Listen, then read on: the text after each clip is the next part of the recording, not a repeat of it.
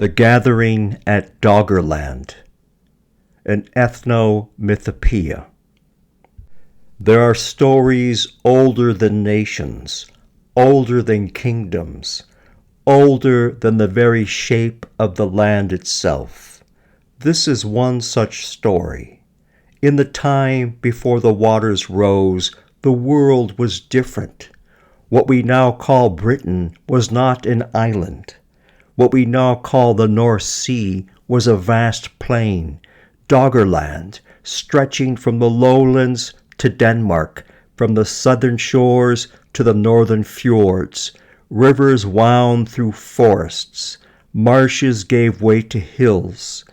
Game ran thick across the grasslands, and across this land, this Doggerland, the people lived. Separate, yes, distinct in custom and tongue, but connected, because one could walk from any hearth to any other hearth without crossing a sea. The land itself bound them. This is the story of the last gathering, before the waters came, before the separation, when the kin still walked together on common ground. In those days, a wanderer set forth with a simple invitation. He walked south from the Danish shores, through birch forests and across wide rivers. He walked west to the British hills, where families tended flocks and watched the seasons turn. He walked east to the lowland marshes, where fisher folk knew every channel and reed bed. And he walked further to those who dwelt in the far north, the far south, and the far east, carrying the same invitation to all. To each people, the wanderer spoke the same words. Come, let us gather in the valley below the tall hill at the heart of Doggerland. Let us celebrate what binds us. Let us remember we are kin. The Danish coast people agreed, we will come. The British hill folk agreed, we will come. The lowland marsh people agreed, we will come. And those from the farther south, the farther north, and the farther east all agreed, we will come. And so the word spread, carried by foot and by voice, across the breadth of Doggerland and beyond. From every direction the invitation went forth, and from every direction the peoples prepared to answer. They did not know, could not know, that this would be the last time they could walk to one another across dry land. They simply knew, we are kin, and kin gather. When the appointed time came, they converged on the valley. From the north, the Danish came, bringing dried fish and amber from northern shores. From the west, the British came, bringing worked flint and woven cloth from the hills. From the east, the lowlanders came, bringing carved bone and marsh reeds for weaving. From the further south came others, bringing gifts from warmer lands. From the further north came peoples of ice and stone. From the further east came those who knew the great rivers and endless plains. They all came. They were all welcomed. The valley filled with voices, different tongues, yes, but mutual understanding. Laughter needs no translation. Neither does the warmth of shared fire or the satisfaction of shared food. They built great fires. They roasted meat. They shared stories and songs. Children played together, while elders spoke of seasons and herds and the patterns of stars. Young men and women eyed one another across the flames, seeing not strangers but kin. For 3 days The valley was alive with the sound of kinship recognized and celebrated. And on the third evening, as the sun set behind the tall hill, they made their vow.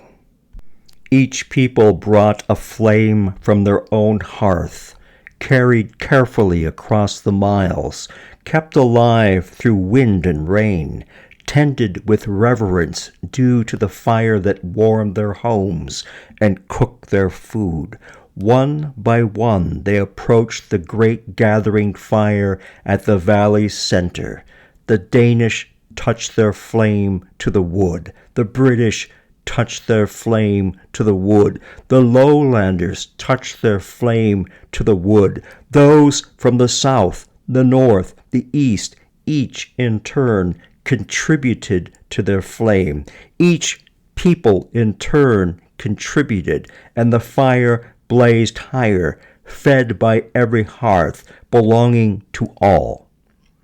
Then they spoke in voices that carried across the valley and up the slopes of the tall hill.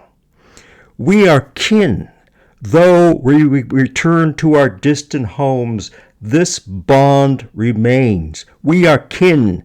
Distance will not break what we recognized here. We are kin, one flame, one kin. We vow today, tomorrow, always, we are kin. They did not know, as they spoke those words, how soon they would be tested. They did not know that the next winter would bring the great wave. They simply vowed and believed and meant it. We were kin.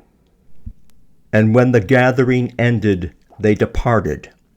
The Danish walked north, satisfied and full of hope. The British walked west, carrying the memory of shared fire. The lowlanders walked east, already planning the next gathering. Those from the further south, the further north, and further east all walked their separate paths home. We will meet again, they said to one another, in a year or 2 or 3. Here in this valley we are kin. The wanderer who had called them together watched them go and was content. The valley grew quiet. The fires burned low. The tall hill stood silent under stars, and Doggerland turned toward winter. That winter, the earth shook beneath the northern sea.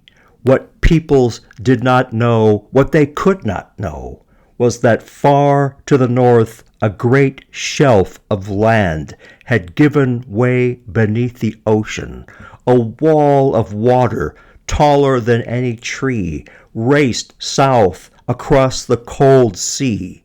When it struck the low plains of Doggerland, the world changed in a single night.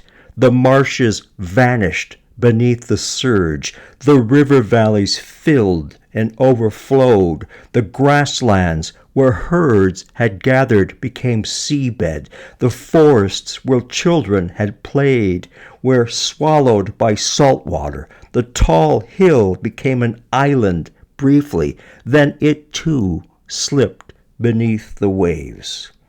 The valley where they had gathered, where they had lit one fire from many flames, where they had spoken their vow, disappeared into the deep. And when the waters settled, Doggerland was gone. The British stood on new western shores, looking east across water that had not been there before. The Danish stood on new eastern shores, looking west across a sea that now divided them. The lowlanders found themselves scattered, their marshlands drowned, their paths erased. They could not walk to one another any more. The land that had connected them was gone.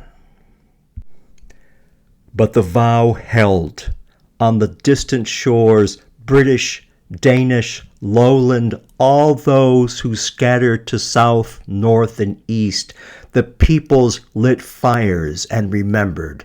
They told their children, once we walked together across a great land. Once we gathered in a valley and vowed to remain kin. The waters took the land, but they cannot take our vow. The children told their children, and those children told theirs. Generations passed, century, millennia. Doggerland became legend, then myth, then forgotten entirely by most. But the blood remembered, the kinship endured, because they had chosen it, because they had stood together in that valley and said, we are kin. And that choice, made by the waters, tested by the waters, preserved through the waters, runs deeper than any sea.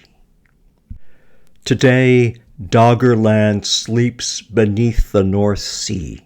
The valley is gone. The tall hill is submerged. Fishing nets sometimes pull up ancient tools and bones from the drowned land, silent testimony to the peoples who once walked there. But we are here, we, the continuation of those who stood in that valley. Celtic, Germanic, Slavic, Baltic, Mediterranean, homeland and diaspora, separated by seas and oceans and continents, but kin, because they vowed it in that valley before the waters came, and we carry that vow still. Distance did not break it then. Distance will not break it now. We are the eternal kin, and we remember the gathering at Doggerland, deeper than any sea.